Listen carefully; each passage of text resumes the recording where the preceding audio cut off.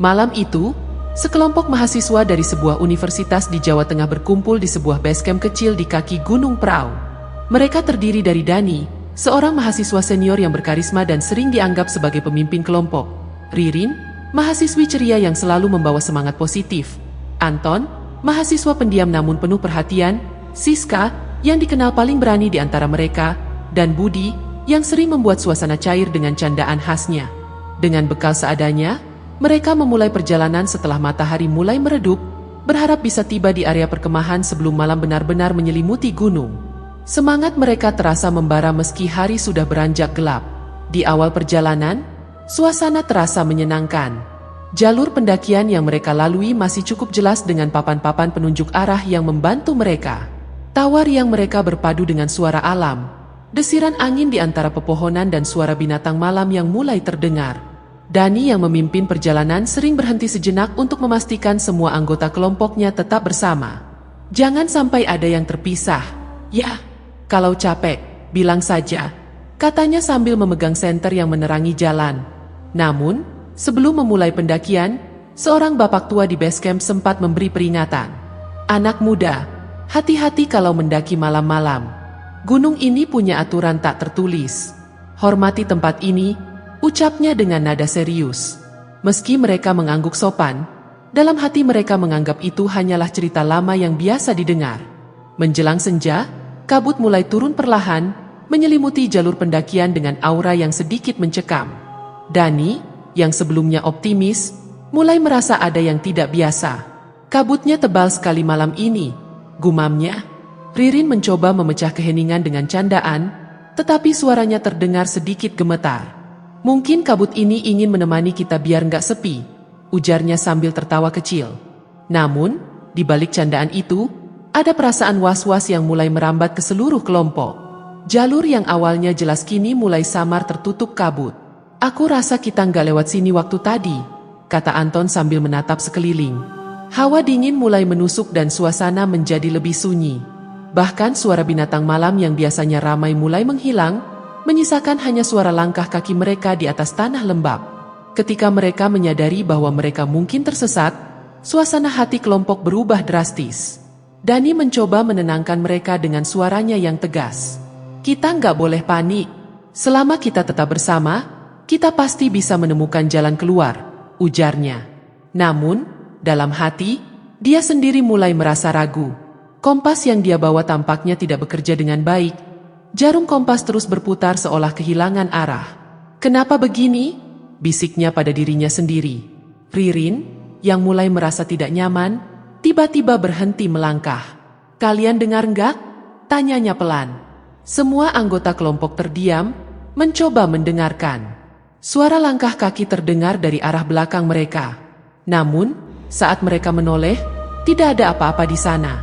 Mungkin itu hanya gema langkah kita, kata Siska, mencoba menenangkan, meskipun wajahnya menunjukkan kekhawatiran yang sama. Ketegangan semakin terasa saat mereka memutuskan untuk beristirahat sejenak di sebuah area datar yang mereka temukan. Dani menginstruksikan mereka untuk duduk sambil menghemat tenaga. Kita istirahat sebentar, tapi jangan terlalu lama. Kita harus terus bergerak, katanya. Namun, saat mereka duduk, perasaan tidak nyaman semakin kuat.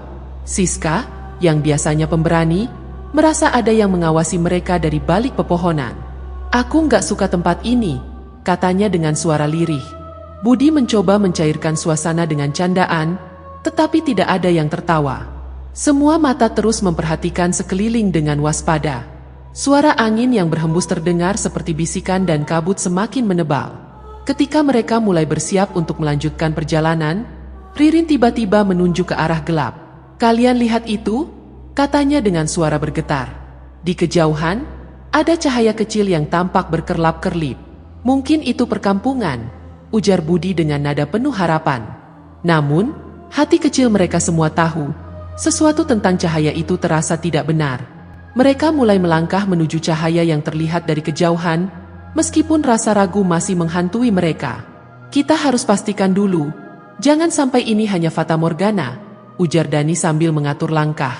Cahaya itu seolah memancarkan harapan, tetapi setiap kali mereka mencoba mendekatinya, jaraknya terasa tetap sama, tak pernah benar-benar mendekat. Apa ini? Seperti dikerjai, keluh Anton yang mulai merasa kelelahan. Langkah mereka semakin berat dan udara terasa lebih dingin dari sebelumnya. Di tengah perjalanan, Budi tiba-tiba berhenti dan berbisik. Kalian dengar? Seperti ada suara langkah lain. Semua terdiam, hanya suara napas mereka yang terdengar. Kemudian, dari kejauhan, terdengar bunyi seperti kayu yang patah, membuat mereka semua berjengit. Kita harus tetap tenang, kata Dani, meski dirinya juga mulai merasakan bulu kuduknya berdiri. Siska, yang biasanya paling berani, kini terlihat lebih pendiam. Rasanya ada yang mengawasi kita, ujarnya dengan suara lirih. Mereka mencoba mempercepat langkah, berharap bisa segera keluar dari situasi aneh ini. Namun, semakin mereka berjalan, jalan setapak yang mereka lalui mulai berubah. Pohon-pohon tampak semakin rapat dan beberapa di antaranya terlihat seperti membentuk bayangan aneh. Ririn tiba-tiba menarik lengan Dani. Lihat itu, ada bayangan besar di belakang pohon, bisiknya dengan nada panik. Dani menoleh, tetapi tidak melihat apa-apa. Mungkin itu hanya efek kabut, katanya, meskipun dirinya sendiri tidak yakin. Ketika mereka melanjutkan perjalanan, suara-suara aneh mulai terdengar lebih jelas. Ada suara langkah kaki berat, seperti seseorang yang mengikuti mereka dari kejauhan. Anton menoleh beberapa kali, tetapi tidak menemukan apapun. Aku rasa kita nggak sendiri di sini, katanya pelan. Budi mencoba membuat lelucon untuk mengurangi ketegangan, tetapi tidak ada yang menanggapinya. Suasana semakin tegang saat suara tangisan perempuan terdengar samar-samar di antara pepohonan. Dengar itu? Tanya Ririn, yang sekarang terlihat ketakutan. Siska mulai membaca doa pelan-pelan, berharap bisa melindungi mereka dari hal-hal yang tidak diinginkan. Di tengah rasa takut yang semakin menjadi, mereka menemukan sebuah area terbuka dengan tanah yang tampak aneh. Di tengah area itu, terdapat batu besar yang terlihat seperti altar kuno. Kita jangan ke situ, kata Dani dengan nada tegas. Namun, sebelum mereka sempat berbalik, Ririn tiba-tiba terpeleset dan jatuh di dekat batu tersebut. Saat Dani dan Anton membantunya bangun, mereka melihat jejak kaki besar di tanah, jauh lebih besar dari ukuran manusia. Apa ini? Tanya Anton dengan suara bergetar. Semua terdiam, merasa ada sesuatu yang sangat salah dengan tempat itu. Dani segera mengajak mereka untuk pergi dari tempat itu secepat mungkin. Kita nggak boleh lama-lama di sini, katanya sambil menarik Ririn yang masih terlihat syok. Namun, saat mereka mencoba menjauh, suara-suara bisikan mulai terdengar di telinga mereka. Bisikan itu terdengar seperti bahasa asing yang tidak mereka mengerti. Ini bukan tempat kita, ujar Siska dengan wajah pucat. Mereka berjalan dengan langkah cepat, tetapi jalan yang mereka tempuh seolah-olah membawa mereka kembali ke tempat yang sama. Kita seperti berputar-putar, kata Budi dengan nada putus asa. Ketakutan mulai berubah menjadi kepanikan, tetapi Dani terus mencoba menenangkan mereka. Kita harus tetap bersama. Jangan sampai ada yang terpisah, katanya dengan suara lantang, meskipun dalam hatinya dia merasa sama takutnya. Saat mereka kembali mendekati tempat batu besar itu tanpa disadari, perasaan panik semakin membuncah. Kita benar-benar seperti terjebak di sini, ujar Anton sambil menggigit bibirnya, mencoba menyembunyikan rasa takut. Ririn yang masih gemetar, menatap batu besar tersebut. Sepertinya ada sesuatu yang membuat kita tidak bisa pergi, katanya dengan suara lirih. Dani mencoba mengatur nafasnya dan menyusun strategi. Baiklah, kita harus mencoba arah yang berlawanan dari tempat ini. Jangan lihat ke belakang, apapun yang terjadi, ujarnya. Semua mengangguk setuju, meskipun rasa takut terlihat jelas di wajah mereka. Langkah mereka kini dipenuhi rasa waspada dengan doa yang terus terucap dari bibir masing-masing. Mereka bergerak perlahan meninggalkan area tersebut, tetapi langkah mereka semakin terasa berat. Udara di sekitar semakin pekat, seperti ada sesuatu yang menekan mereka dari segala arah. Ririn terus memegang tangan Siska erat-erat, sementara Budi, yang biasanya penuh candaan, tampak lebih serius. Suara bisikan kembali terdengar, kali ini lebih dekat dan lebih jelas, seolah-olah berasal dari berbagai arah. Jangan dengarkan, fokus ke jalan, ujar Dani dengan nada tegas, meskipun dirinya sendiri merasa suaranya bergetar. Tiba-tiba, Anton berhenti melangkah. Ada yang aneh di sini, katanya sambil menunjuk ke tanah di depan mereka. Jejak kaki besar yang tadi mereka lihat di sekitar batu besar kini muncul lagi, seolah-olah mengikuti mereka. Ini tidak masuk akal, gumam Anton dengan wajah pucat. Jejak kaki itu terlihat segar, seperti baru saja dibuat, namun tidak ada tanda-tanda siapa atau apa yang membuatnya. Kita harus cepat pergi, desak Siska, mulai merasakan bulu kuduknya berdiri. Ketika mereka mencoba mempercepat langkah, pohon-pohon di sekitar mereka mulai terlihat bergerak aneh, seolah-olah hidup. Ririn yang berjalan di belakang tiba-tiba berteriak, "Dani, ada yang menarik tasku." Semua menoleh, tetapi tidak ada siapapun di belakangnya. Hanya kabut tebal yang bergerak pelan mengikuti mereka. Ketegangan semakin menjadi, membuat napas mereka terdengar memburu. Mereka berjalan tanpa henti, namun jalur yang mereka lalui tidak pernah terasa benar. "Kita seperti berjalan dalam lingkaran," kata Budi dengan nada frustrasi. Dani mencoba menenangkan kelompoknya, tetapi dirinya juga mulai kehilangan harapan. "Tetap jalan, jangan berhenti," katanya, meskipun suaranya kini terdengar lebih seperti perintah putus asa daripada motivasi. Di kejauhan, mereka melihat bayangan seseorang berdiri di antara kabut. "Hei, tolong kami!" teriak Dani sambil melambaikan tangan. Namun, bayangan itu tidak bergerak, hanya berdiri diam, seolah-olah sedang mengamati mereka. Ketika mereka mencoba mendekat, bayangan itu perlahan memudar, menghilang di balik kabut tanpa suara. Rasa takut mereka kini berubah menjadi kepanikan yang tak terkendali. Siska mulai membaca doa dengan suara keras, sementara yang lain hanya bisa mengikuti dalam hati. Tiba-tiba, dari arah kanan mereka, terdengar suara jeritan panjang yang menggetarkan hati. "Apa itu?" Ririn memeluk Siska erat-erat, matanya penuh air mata. Dani mencoba mengendalikan situasi, meskipun dirinya merasa gemetar dari ujung kaki hingga kepala. "Jangan terpancing, fokus ke jalan," katanya, meskipun dirinya sendiri mulai merasa semuanya sia-sia. Di tengah keputusasaan, mereka menemukan sebuah gubuk tua yang terlihat reot di tengah hutan. "Mungkin kita bisa berlindung di sana," usul Anton dengan nada ragu. Namun, begitu mereka mendekati gubuk itu, bau busuk yang menyengat langsung menyerang indera penciuman mereka, membuat mereka semua terhenti sejenak. Mereka berdiri terpaku di depan gubuk tua itu, ragu apakah harus masuk atau tidak. Bau busuk yang menyengat seperti aroma bangkai membuat perut mereka mual. "Kita nggak punya pilihan lain," kata Dani, mencoba mengesampingkan rasa takutnya. Dengan langkah perlahan, dia membuka pintu gubuk yang berderit nyaring. Bagian dalam gubuk itu gelap dan pengap, hanya diterangi oleh sinar bulan yang masuk dari celah-celah dinding. Di sudut ruangan, terdapat sebuah meja kayu dengan lilin yang sudah meleleh sebagian, dan di atas meja itu ada benda-benda aneh seperti jimat dan kain berwarna merah. "Ini tempat apa?" bisik Ririn. Suaranya nyaris tidak terdengar. Siska, yang biasanya tidak mudah takut, langsung berkomentar, "Kita nggak seharusnya ada di sini." Suasana dalam gubuk itu terasa berat, seperti ada sesuatu yang tak kasat mata mengawasi mereka. Anton, yang biasanya pendiam, tiba-tiba berkata, "Aku rasa tempat ini bukan tempat biasa. Kita harus pergi sekarang." Tapi sebelum mereka sempat bergerak, pintu gubuk yang tadi terbuka perlahan menutup dengan sendirinya, diiringi suara deritan panjang yang membuat bulu kuduk mereka berdiri. "Apa itu barusan?" teriak Budi, suaranya bergetar. Mereka mencoba membuka pintu kembali, tetapi pintu itu tidak bergerak, seolah-olah terkunci rapat. Panik mulai menguasai mereka dan Siska langsung membaca doa dengan lantang. Namun, saat doa itu diucapkan, terdengar suara tawa kecil dari sudut ruangan, membuat mereka semua langsung menoleh dengan mata membelalak. Dari sudut yang gelap, bayangan seseorang mulai muncul perlahan. Sosok itu terlihat seperti seorang wanita dengan rambut panjang yang menutupi wajahnya. "Kalian tidak seharusnya di sini." Suara itu terdengar pelan namun mengerikan, seperti bisikan yang menggema di telinga mereka.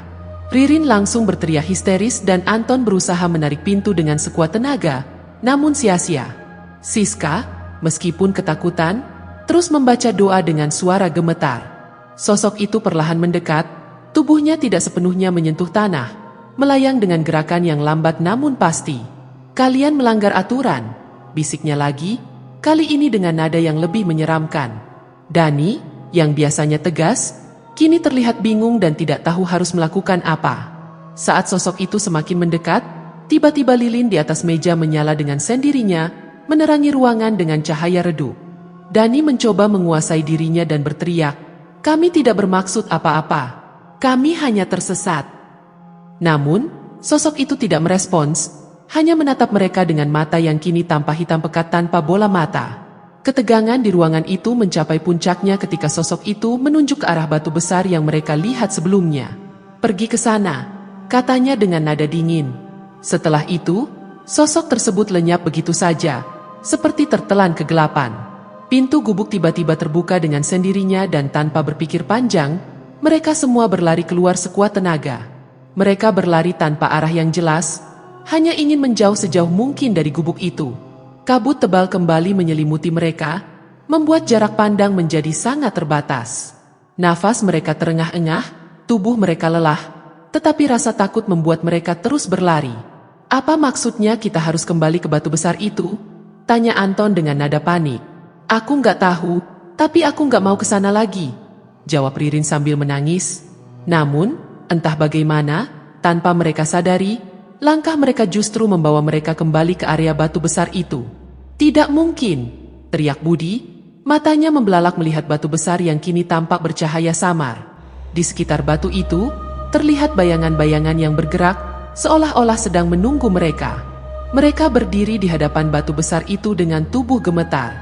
Tidak ada lagi yang berani berbicara, hanya suara napas mereka yang memburu yang terdengar di antara keheningan mencekam.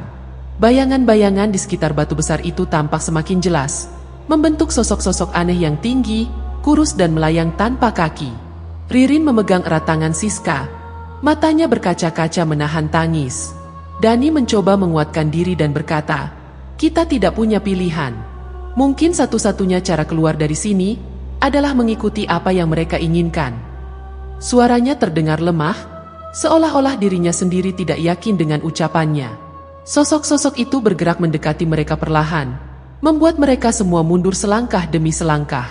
Salah satu bayangan itu mengangkat tangannya, menunjuk ke arah batu besar dan terdengar suara yang berat dan dalam, "Beri penghormatan." Tidak ada yang tahu apa yang dimaksud dengan penghormatan itu, tetapi Dani memutuskan untuk maju lebih dekat ke batu besar.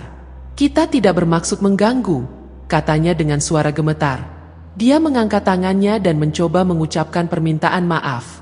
Namun, suara berat itu kembali terdengar, kali ini lebih keras, bukan dengan kata-kata, "Berlutut." Dengan berat hati Dani menuruti perintah itu, berlutut di depan batu besar sambil menundukkan kepala. Melihat Dani, anggota kelompok lainnya pun mengikuti, meski rasa takut menyelimuti mereka. Ketika mereka semua berlutut di hadapan batu besar itu, suasana di sekitar mendadak berubah. Angin yang tadinya berhembus dingin kini berhenti total, meninggalkan keheningan yang sangat janggal. Kabut perlahan-lahan memudar, memperlihatkan langit malam yang penuh bintang. Namun, ketenangan itu hanya berlangsung sesaat, karena tiba-tiba terdengar suara gemuruh dari dalam tanah. Batu besar itu mulai bergetar dan dari celah-celah tanah di sekitarnya, muncul cahaya merah yang menyilaukan. "Apa yang terjadi?" teriak Siska sambil menggenggam tangan Ririn lebih erat. Sosok-sosok bayangan itu kini berdiri diam, mengelilingi mereka seperti sedang mengawasi sebuah ritual yang tidak mereka pahami. Cahaya merah dari dalam tanah semakin terang dan tiba-tiba terdengar suara perempuan menangis, sayup-sayup namun memilukan. Ririn menoleh ke Dani, wajahnya penuh ketakutan. "Apa yang harus kita lakukan?" tanyanya dengan suara parau. Namun, sebelum Dani sempat menjawab, salah satu bayangan itu berkata dengan suara yang menggema, "Pengorbanan." Kata itu membuat seluruh kelompok terdiam membeku. "Apa maksud mereka?" bisik Anton. Budi mencoba berdiri, tetapi tubuhnya terasa berat, seolah ada kekuatan tak terlihat yang menahannya di tempat. Suara tangisan perempuan itu semakin keras, bercampur dengan bisikan-bisikan aneh yang membuat mereka merasa seperti kehilangan kendali atas tubuh mereka. Tiba-tiba, cahaya merah itu memancar lebih terang, menyilaukan mata mereka dan dalam sekejap, semuanya menjadi gelap. Ketika mereka sadar, mereka mendapati diri mereka tergeletak di jalur pendakian yang mereka kenali. Tubuh mereka terasa lemas dan dingin. Matahari pagi sudah mulai terbit, menyinari wajah mereka yang penuh dengan sisa-sisa ketakutan. Tidak ada lagi kabut, tidak ada batu besar, tidak ada bayangan. Semuanya terlihat normal, seolah-olah apa yang mereka alami hanyalah mimpi buruk.